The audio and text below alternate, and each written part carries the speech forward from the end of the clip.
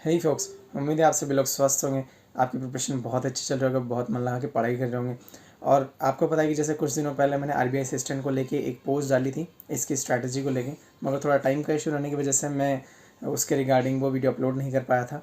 तो वो वीडियो मैं आपके लिए आज बना रहा हूँ।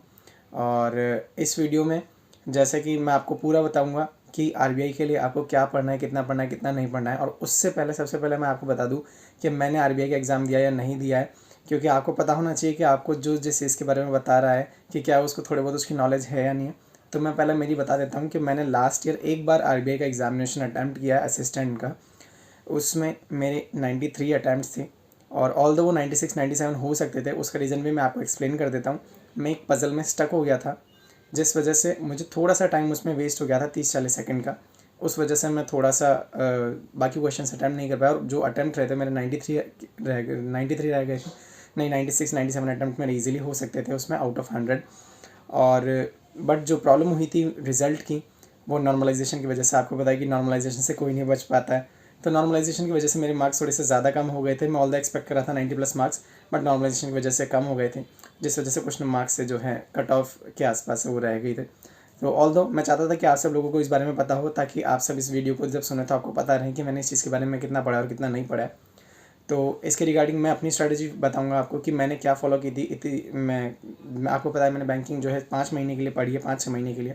तो उस स्ट्रैटेजी में मैंने इतनी अच्छे अटैम्प्ट कैसे करें उसके बारे में बताऊंगा। तो मैं उम्मीद करता हूँ कि इस वीडियो के बाद में आप धीरे धीरे जब इसको फॉलो करेंगे तो 95+ आप अटैम्प्ट ईजिली कर पाएंगे। तो वीडियो को शुरू करते हैं। सबसे पहले मैं बताऊंगा आपको डिफरेंट जितने भी इसमें सब्जेक्ट आते हैं प्री के एग्जामिनेशन के लिए, उस चीज़ के रिगार्डिंग। तो अपन रीजनिंग से शुरू करते हैं। पहले मैं आपको बताऊंगा कि किस तरीके से पढ़ना है और फिर बताऊंगा लास्ट में कहाँ से पढ़ना है। सबसे पहले रीजनिंग की बात कर लेते हैं। रीजनिंग में आपको मैंने एक वीडियो अपलोड कर रखा है पॉज एंड प्ले ट्रिक का, जिसमें मैंने आप बता रखा है कि मैंने 11 मिनट के अंदर जो है 35 क्वेश्चन अटैम्प्ट कर लिए थे। तो उस चीज़ के लिए मैं आपको बताऊंगा कि आपको मैं उसका लिंक जो है आपको डिस्क्रिप्शन बॉक्स में दे दूंगा। तो वो पॉज एंड प्ले ट्रिक का टाइमर का वीडियो देखिए, छोटा सा वीडियो है, आपको बहुत बेनिफिशियल रहेगा। इसके साथ ही मैं आपको बता दूं कि अगर आप किसी बुक से प्रैक्टिस कर रहे हैं तो आप टाइमर लगा के प्रैक्टिस कीजिए। अगर आप किसी वीडियो से प्रैक्टिस कर रहे हैं तो आप टाइमर लगा के प्रैक्टिस कीजिए। और आप मॉक देते हैं तो अच्छी बात है, आप मॉक दीजिए, क्योंकि उसमें टाइमर चलता रहता है। और ओवरऑल आपको जो भी करना है रीजनिंग में प्रैक्टिस करते टाइम में आपको टाइमिंग लगा के प्रैक्टिस करना है। मैं एक्सपेक्ट कर रहा हूँ कि अगर आप आरबीआई के फॉर्म भर रहे हैं तो आपकी थोड़ी बहुत नॉलेज ठीक ठाक होगी बैंकिंग एग्जामिनेशंस की सब्जेक्ट्स को लेकर, क्योंकि इसमें काफ़ी अच्छे अटैम्प्ट करने पड़ते हैं, काफ़ी ज़्यादा कट ऑफ जाती हैं। ठीक है, ऑल द नॉर्मलाइजेशन का रोल रहता है, जिस वजह से काफ़ी ऊपर नीचे हो जाता है रिजल्ट, पर ठीक है जो भी है। तो मैं उम्मीद कर रहा हूँ कि आपकी जो सिलेबस की नॉलेज है वो अच्छी खासी है। और आप जो है रीजनिंग में जिस भी तरह प्रैक्टिस करें, चाहे बुक से, चाहे वीडियो से या मॉक से, आप टाइमर के साथ ज़रूर प्रैक्टिस कीजिएगा, ताकि आपका जो टाइम है, आपको स्टार्टिंग में हो सकता है 20-22 मिनट लग रहे हो, लेकिन धीरे धीरे आप उसको आराम से 11-12 मिनट के आसपास ला सकते हैं। इसके बाद में मैथ्स की बात कर लेते हैं। मैथ्स में आपको एक ही चीज़ करनी है कि आपको प्रैक्टिस करनी है ज़्यादा से ज़्यादा, और एसबीआई क्लर्क के लेवल तक आपको जाना है।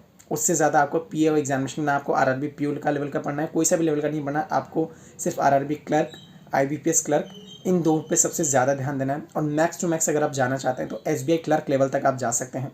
आप जब भी क्वेश्चंस लगाए, क्वेश्चन सॉल्व करें किसी वीडियो से या बुक से, तो मैक्स टू मैक्स आप एसबीआई क्लर्क तक जाए। उससे ऊपर लेवल के सॉल्व मत कीजिएगा, उससे ऊपर लेवल के क्वेश्चन आरबीआई असिस्टेंट में नहीं आते हैं।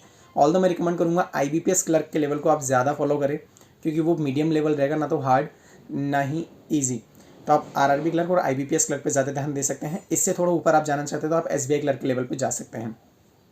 इसके बाद में इंग्लिश की बात करते हैं। इंग्लिश के लिए आप जिस भी आप मॉक को पढ़िए और मॉक दीजिए और उसका एनालिसिस ज़्यादा से ज़्यादा कीजिए। इसके साथ ही आप रीडिंग पे बहुत ज़्यादा ध्यान दीजिए, क्योंकि आपकी रीडिंग स्किल्स बहुत फास्ट होनी चाहिए इंग्लिश का पेपर टाइम से अटैम्प्ट करने के लिए और एक्यूरेटली अटैम्प्ट करने के लिए। सबसे इंपॉर्टेंट है एक्यूरेसी से अटैम्प्ट करना। ठीक है, तो आप रीडिंग स्किल्स अपनी सुधारिए। आप हिंदू एडिटोरियल पढ़िए, या फिर आप कुछ भी पढ़ते हैं, कोई पैराग्राफ्स पढ़ते हैं, मॉक देते हैं, तो मॉक देने के बाद में जो आरसी आते हैं उसके अंदर, ठीक है, वो आप वापस पढ़िए। आप ज़्यादा से ज़्यादा रीडिंग कीजिए, ताकि आपकी रीडिंग जो है वो एक्यूरेट हो सके, आप ज़्यादा से ज़्यादा क्वेश्चन जो है कम से कम टाइम में उसमें पढ़ पाएँ। ये था। इसके बाद में मैं आपको बताता हूँ आपको कहाँ कहाँ से पढ़ना है, कहाँ से नहीं पढ़ना है। रीजनिंग के लिए अगर मैं आपको बताऊँ तो आप वर्चुअस करके एक चैनल है, ठीक है, ये कोई किसी भी तरीके का पेड प्रमोशन नहीं है ये वीडियो में, ये खाली मैंने फॉलो किए थे। ठीक है, और मुझे पता है कि कुछ वीडियोस वहाँ पे अच्छे से अवेलेबल है यूट्यूब के ऊपर, तो आप वहाँ से इनको देख सकते हैं। वर्चुअस चैनल के ऊपर ध्रुव सर करके हैं, ध्रुव धनकर करके, आप उनके चैनल पे जाइएगा, आपको उनके चैनल पे प्लेलिस्ट सेक्शन में जाइएगा, प्लेलिस्ट सेक्शन में पुराने वीडियोस काफ़ी मिल जाएंगे आपको, अलग अलग प्लेलिस्ट बनी हुई है आरआरबी क्लर्क की, आईबीपीएस क्लर्क की और एसबीआई क्लर्क की। तो जैसे कि मैंने आपको बताया कि आपको एसबीआई क्लर्क के लेवल तक जाना है, उससे ऊपर आपको नहीं जाना है, तो आप उनकी प्लेलिस्ट सेक्शन में जाके ये चीज़ चेक कर सकते हैं, अलग अलग आपको प्लेलिस्ट मिल जाएगी। आप वहाँ से आपको बहुत सारा कंटेंट मिल जाएगा आरबीआई के लिए, जिसको आप पढ़ सकते हैं और रीजनिंग बहुत अच्छी कर सकते हैं। उसके बाद में मैथ्स के लिए आप अगर कोई पर्टिकुलर टीचर पहले से फॉलो कर रहे हैं तो आप उसे भी फॉलो कर सकते हैं, या फिर आप आशीष अरोड़ा सर की पुरानी प्लेलिस्ट देख सकते हैं। लेकिन एक चीज़ का खास ध्यान रखना है कि आपको एसबीआई क्लर्क से ऊपर नहीं जाना है, ज़्यादा से ज़्यादा आप एसबीआई क्लर्क पे जा सकते हैं, और मेरी रिकमेंडेशन रहेगी आप आईबीपीएस क्लर्क तक जाइए, और अगर आप मौका माने तो आप एसबीआई क्लर्क तक जा सकते हैं। उसके बाद में इंग्लिश के लिए कोई पर्टिकुलर टीचर मैं आपको यहाँ रिकमेंड नहीं कर रहा हूँ, आप किसी भी तरह से पढ़ रहे हैं आप वहीं से प्रैक्टिस करती रहिए, क्योंकि मैं मान रहा हूँ कि आपका सिलेबस का नॉलेज अच्छी खासी है, तो आप जहाँ से भी पढ़ रहे हैं आप वहाँ से पढ़ते रहिए, और इंग्लिश के लिए ज़्यादा से ज़्यादा क्वेश्चंस की प्रैक्टिस करते रहिए, और उसके आपकी कहाँ मिस्टेक हो रही है, कौन सा गलत हो रहा है, उसको एनालाइज करते रहिए। ठीक है, तो ये कुछ चीज़ें थी। और मॉक के लिए भी मैं आपको मॉक के रिगार्डिंग से बता देता हूँ कि आपको एटलीस्ट वीक में 2 मॉक देने हैं, उससे ज़्यादा मौका आप दे सकते हैं, 3 मौका आप देना चाहे दे सकते हैं, पर कम से कम 2 मौका ज़रूर देना है। तो ये आरबीआई असिस्टेंट के लिए था, जो मैंने आपको ब्रीफली बताने की कोशिश करी कम से कम टाइम में। ठीक है, आप इस चीज़ को फॉलो कीजिए। आपको किस चीज़ में डाउट रहता है, कोई कन्फ्यूजन रहता है, तो आप कमेंट बॉक्स में नीचे कमेंट कर दीजिएगा, या मेरी इंस्टाग्राम आईडी आपको दिख रही होगी, आप मुझसे कनेक्ट होइएगा, मैं आपसे ज़रूर बात करूँगा। बाकी ऑल द बेस्ट आपके आरबीआई असिस्टेंट एग्जामिनेशन के लिए।